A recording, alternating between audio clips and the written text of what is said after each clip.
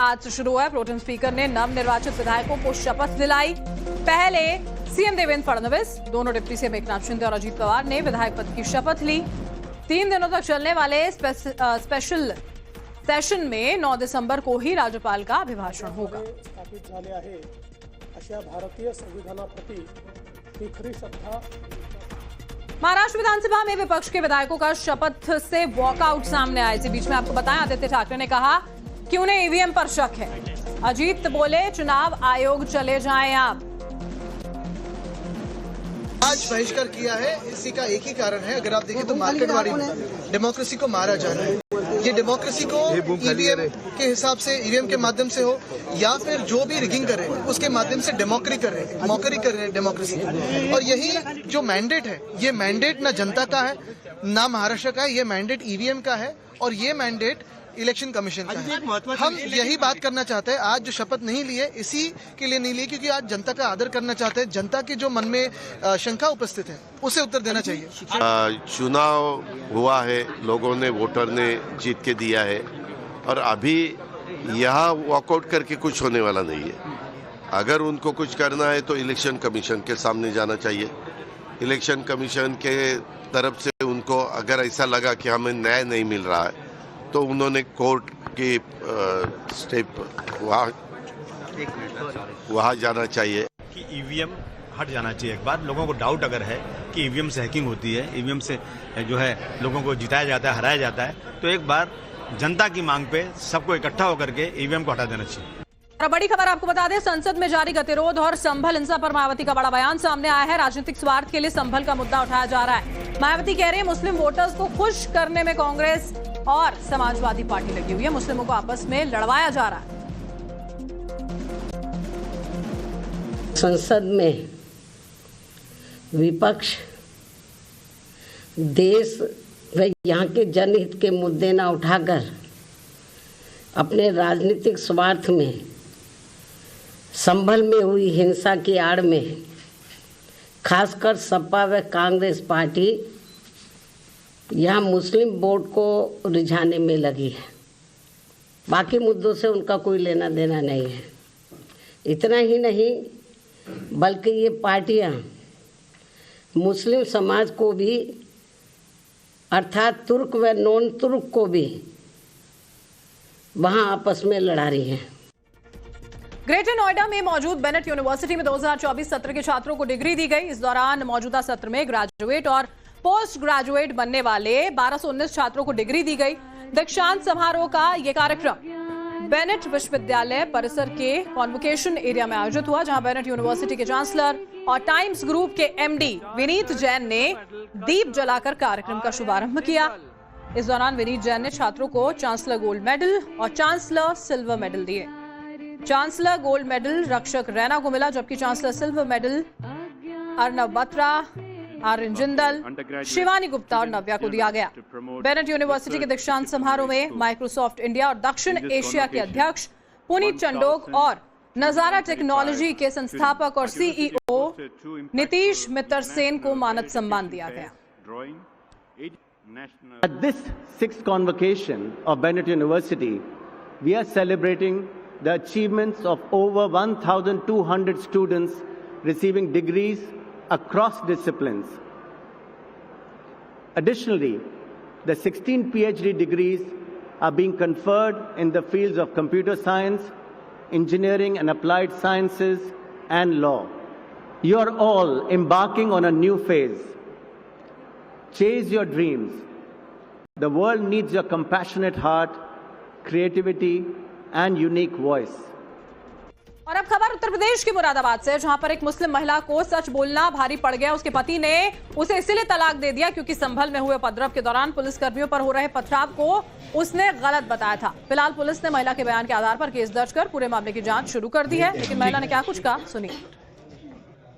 क्योंकि मेरे हस्बैंड ने मुझे बिना कोई बात भी नहीं, मैं एक वीडियो देख रही थी क्योंकि मुझे संभल जाना था, तो उसी में उन्होंने कहा कि ये क्यों देख रही है। तो इतनी सी बात पे बोले तू तो मुसलमान नहीं है, तू तो काफिर है, तू तो पुलिस वालों का साथ देती है, तू तो माई बाप है तेरे, ये है वो है। बहुत बदतमीजी करी और जब मैं तुझे नहीं रखूंगा, तू चाहे कुछ भी कर ले, और मुझे 3 तलाक दे दी। देश के सामने अब दिल्ली का चुनावी दंगल है। अगले साल देश की राजधानी में चुनावी बिगुल फूंकने वाला है और उससे पहले केजरीवाल ने कैसा खुलासा किया है कि पूरा माहौल गर्मा गया। अरविंद केजरीवाल ने आरोप लगाया है कि बीजेपी उसके वोटर्स को कम करने की साजिश कर रही है। इस मुद्दे पर हमने दोनों पक्षों से सच जानने की कोशिश की। मेरे सहयोगी विद्यानाथ झा ने थोड़ी देर पहले आप और बीजेपी के प्रवक्ताओं से उनका पक्ष जाना है। चलिए आपको उन दोनों पार्टियों का पक्ष सुनवाते हैं।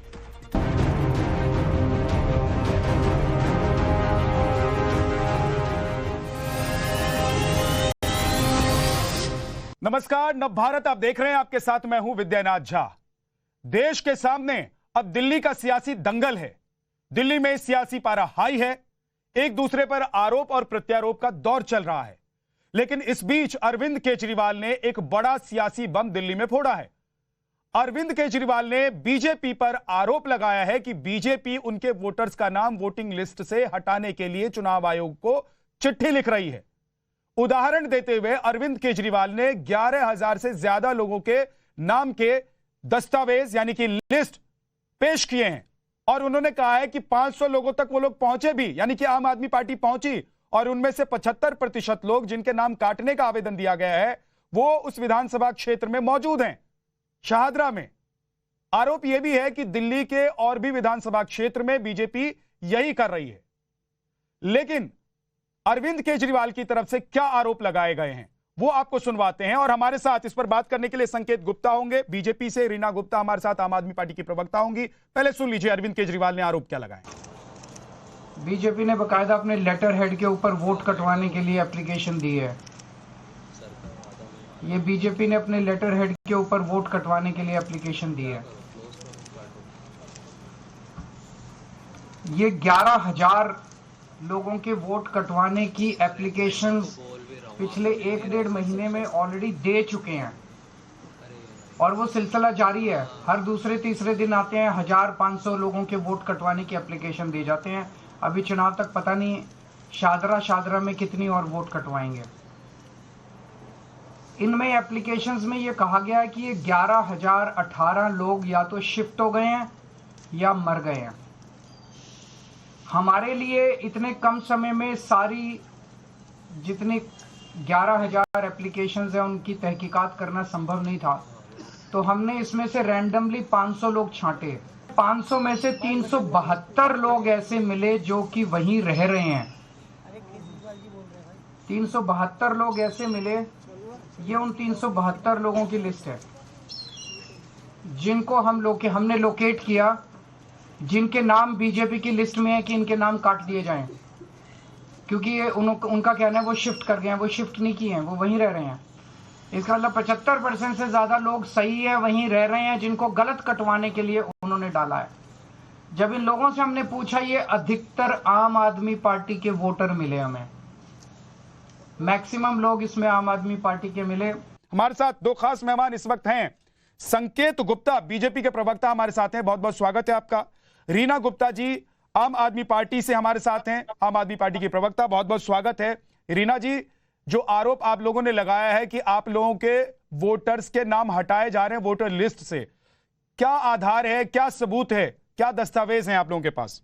देखिए, पिछले 25 साल से भारतीय जनता पार्टी का एक सपना है दिल्ली में अपना मुख्यमंत्री बनाने का, और उनको अब ये सपना एक बार फिर से मिट्टी में मिलता हुआ नजर आ रहा है। उनको पता है कि आने वाले दिल्ली विधानसभा चुनाव में एक बार उनको फिर से मुंह की खानी पड़ेगी, तो इसलिए वो दिल्ली में वोट को छीनने की कोशिश कर रहे हैं। मेरे हाथ में ये 11,000 लोगों की लिस्ट है जो कि भारतीय जनता पार्टी ने दिल्ली इलेक्शन कमीशन को दी है। इन सारे लोगों के नाम वोटर लिस्ट में से डिलीट करवाने के। इन्होंने दिल्ली में वो एरिया, वो बूथ आइडेंटिफाई करे हैं जहां पे कि आम आदमी पार्टी के वोटर रहते हैं। वो बूथ आइडेंटिफाई करे हैं जो कि भारतीय जनता पार्टी पिछले और उससे पिछले चुनाव में हारती आ रही है। उन जगहों पे जाकर इन्होंने रीना जी एक करके मैं जवाब लेता हूं। लिस्ट बनाई है। आप कह रही हैं कि आपके पास वो 11,018 लोगों की लिस्ट है जो बीजेपी ने, नहीं मैं एक एक करके आऊंगा, आप एक के बाद एक सवाल रखिएगा। जो आरोप आप लोगों ने लगाए हैं उन आरोपों को आप बताइएगा, मैं उस पर जवाब लेता रहूंगा। संकेत जी जवाब दीजिए। पहली बात तो ये कि क्या आप लोगों ने चुनाव आयोग को ऐसी कोई लिस्ट भेजी है वोटर्स के नाम हटाने के लिए, डिलीट करने के लिए? देखिए, अरविंद केजरीवाल सिर्फ झूठ और झूठ की राजनीति करते हैं। आज जब इनके पैरों के नीचे से दिल्ली की जमीन निकलती नजर आ रही है, जब इन्हें नजर आ रहा है कि ये हाशिए पे जाने वाले हैं, तो इस तरीके का फेक प्रोपेगेंडा चलाने की कोशिश करते हैं। कल अरविंद केजरीवाल जी ने, मैं बहुत जिम्मेदारी के साथ कह रहा हूं, अपनी पार्टी की तरफ से प्रेस कॉन्फ्रेंस में कहा कि फॉर्म 7 11,018 भरे गए हैं शादरा असेंबली में, और उसके बाद डीएम ने उनके ट्वीट पर रिप्लाई करके क्या जवाब दिया वो मैं आपको पढ़ के सुना रहा हूं। Only 494 form 7 received in Shahdara assembly constituency since 29th October 2024. Hence the claim that 11,018 Form 7 were filled by the BJP in last 1 month is factually incorrect. अब ये क्या कहेंगे जब डीएम ने इनके सामने पुख्ता सबूत रख दिए, इनकी प्रेस कॉन्फ्रेंस झूठी हो गई, तो आज रीना जी एक पुलिंदा और एक लिस्ट लेकर खड़ी है कि ये लिस्ट बीजेपी ने प्रोवाइड की है। मैं पूछना चाहता हूं, ठीक है संकेत भाई, एविडेंस नहीं है, रीना जी पर हाँ बिल्कुल जवाब दीजिए। रीना जी जवाब दीजिए। ये इस तरीके का फेक प्रोपेगेंडा कर लोकतंत्र के साथ मजाक कर रहे हैं, दिल्ली की जनता को इस तरह का धोखा देना। अब जवाब तो सुन लीजिए। क्या ये अच्छी बात है? वो कह रही है उनके पास सबूत है, सबूत दिखाएंगे, वो सबूत दिखाइए। देखिए, डीएम ने इस बात की पुष्टि की है कि फॉर्म 7 पुष्टि डीएम ने की है। डीएम से संकेत जी सुन तो लीजिए, उनका जवाब भी तो सुनिए। अब मेरा बोलने का मौका है, चुप हो जाइए। आम आदमी पार्टी झूठ बोल रही है। चुप हो जाइए। डीएम का रीना जी जवाब दीजिए। I am giving you a correct reply that came from DM. It is इसका जवाब दीजिए। पहले आप उनको शांत कराइए ना, ऐसे क्या फायदा बोलने का। संकेत जी उनको शांत रुक कराइए जाइए आप प्लीज। पहले। हाँ आप शांत होके बैठिए, मेरी बोलने की बारी है अब। ये देखिए, ये जो मैं आपको दिखा रही हूँ, इसपे हर पेज पे भारतीय जनता पार्टी के बीएलए विशाल भारद्वाज के साइन है। ये जो हमें डॉक्यूमेंट मिला है, ये कुछ भाजपा के किसी विसिल ब्लोअर ने दिया है कि किस तरह से षड्यंत्र रचा जा रहा है ये सारे नाम डिलीट कराने का। हमने सारे सबूत पेश किए हैं। मैं आप टाइम्स नाउ नवभारत को भी रिक्वेस्ट करूंगी, आप भेजिए अपने लोगों को। इसमें सारे 11,000 लोगों के नाम हैं, उसमें से कुछ 50-100 लोग कल आम आदमी पार्टी के ऑफिस में भी आए थे, उन्होंने अपने वोटर आईडी दिखाए। ये सारे हमारे पूर्वांचल के भाई बहन हैं। उनको ये बोल रहे हैं विदेश से आ गए यहाँ पे लोग, पूर्वांचल के लोग दिल्ली में जो आ गए हैं 20-20, 30-30 साल से शादरा में रह रहे हैं, ये इनको विदेशी नजर आ रहे हैं। ये दिल्ली के लोग हैं, ये दिल्ली के वो लोग हैं जो आम आदमी पार्टी को वोट देते आ रहे हैं, क्योंकि भारतीय जनता पार्टी को पता है कि इस बार भी भारतीय जनता पार्टी का सुपड़ा साफ होने वाला है। इनको चुनाव जीतना तो नहीं आता है, ये चुनाव को छीनने की कोशिश कर रहे हैं। इसीलिए 11,018 लोगों के नाम इन्होंने इलेक्शन कमीशन में दिए हैं। और आज तो हमने शादरा की जो है लिस्ट आपको प्रेजेंट करी है। आने वालों दिनों में हम और सारी विधानसभाओं का एक एक करके खुलासा करेंगे कि अभी कैसे एक बड़ी बात जो अरविंद केजरीवाल जी ने कही, षड्यंत्र रच रही है। ठीक है, अरविंद केजरीवाल ने एक बड़ी बात कही। उन्होंने कहा कि शादरा में पिछली बार के विधानसभा चुनाव में आम आदमी पार्टी के उम्मीदवार जो जीते थे वो 5,000 वोट से जीते थे। संकेत जी, इसीलिए इस बार 11,000 वोटर जो आम आदमी पार्टी के हैं वहां पर, उनका नाम कटवाकर आप वहां पर फायदा लेने की कोशिश कर रहे हैं। देखिए, मैं सिर्फ इतना कहना चाहूंगा कि इस तरीके का फेक नैरेटिव अगर ये दिल्ली में बनाना चाहते हैं, इस तरीके की झूठी खबरें अगर ये मीडिया में उछालना चाहते हैं, जब एक जवाब एक संवैधानिक अधिकारी के यहाँ से आया, अगर आप कह रहे हो कि कोई कंप्लेंट दाखिल हुई और थाना अध्यक्ष ने कहा कि कोई कंप्लेंट ऐसी दाखिल नहीं हुई, तो आपकी बात में क्या तथ्य है? डीएम की उस बात पर रीना जी मेरा एक सवाल है। रीना जी मेरा एक सवाल, एक सेकंड रुकिए संकेत जी, संकेत गुप्ता एक सेकंड रुकिए। रीना जी मेरा एक सवाल है कि आप कह रही हैं कि बीजेपी ने एक चिट्ठी लिखी है चुनाव आयोग को, आप कह रही हैं कि डीएम भी इनके हैं इसलिए वो झूठी रिपोर्ट दे रहे हैं, तो फिर विश्वास कैसे किया जाए? क्या उन 50,000 लोगों के नाम आपके पास हैं? और आप लोग कह रही हैं कि 500 लोगों तक आप लोग पहुंचे थे, उनके नाम क्या है, उनके डिटेल क्या है, और सिर्फ 75% लोग ही वहां पर क्यों मिले आप लोगों को? 100% मिलने चाहिए थे। नहीं, देखिए ये जो हमने जो दिया है, नहीं एक सेकंड रुकिए संकेत जी, आपने रीना जी से सवाल किया मैंने। पूरा इलेक्शन का संकेत जी आपने, रीना जी जवाब देंगी जी। देखिए, अरे मुझे पता है फॉर्म 7 क्या होता है, सुनिए आप एक मिनट। ये देखिए, ये इलेक्शन कमीशन का लेटर है, इसमें इन्होंने इसके पीछे सारे भारतीय जनता पार्टी ने जो फॉर्म भरे हैं वोट डिलीट कराने के लिए, वो सारे इसमें लिखा हुआ है। बीएलओ को निर्देश दिए गए हैं कि ये जो 11,000 नाम भारतीय जनता पार्टी ने दिए हैं, इनकी तहकीकात करी जाए। उन 11,000 में से हम 500 लोगों तक पहुंच पाए, उसमें से 75% वो लोग वहीं के वहीं रह रहे थे। 25% लोग ऐसे थे जो या तो गुजर गए थे या फिर वो किसी और जगह उन्होंने अपना एड्रेस शिफ्ट कर लिया था।